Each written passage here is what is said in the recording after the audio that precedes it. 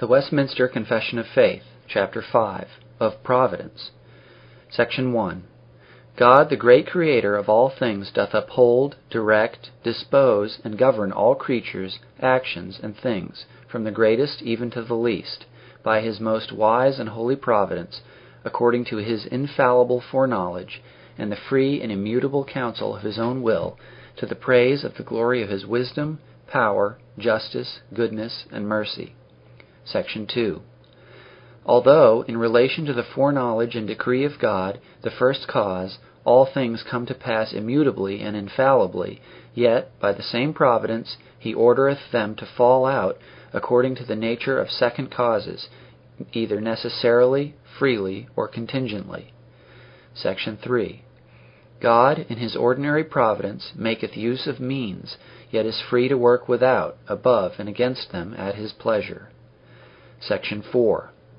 The almighty power, unsearchable wisdom, and infinite goodness of God so far manifest themselves in His providence, that it extendeth itself even to the first fall, and all other sins of angels and men, and that not by a bare permission, but such as hath joined with it a most wise and powerful bounding, and otherwise ordering and governing of them in a manifold dispensation to His own holy ends.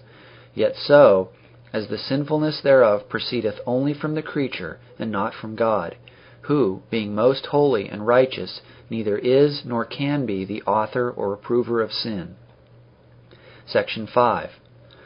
The most wise, righteous, and gracious God doth oftentimes leave, for a season, His own children to manifold temptations, and the corruption of their own hearts, to chastise them for their former sins, or to discover unto them the hidden strength of corruption and deceitfulness of their hearts, that they may be humbled, and to raise them to a more close and constant dependence for their support upon Himself, and to make them more watchful against all future occasions of sin, and for sundry other just and holy ends. Section 6.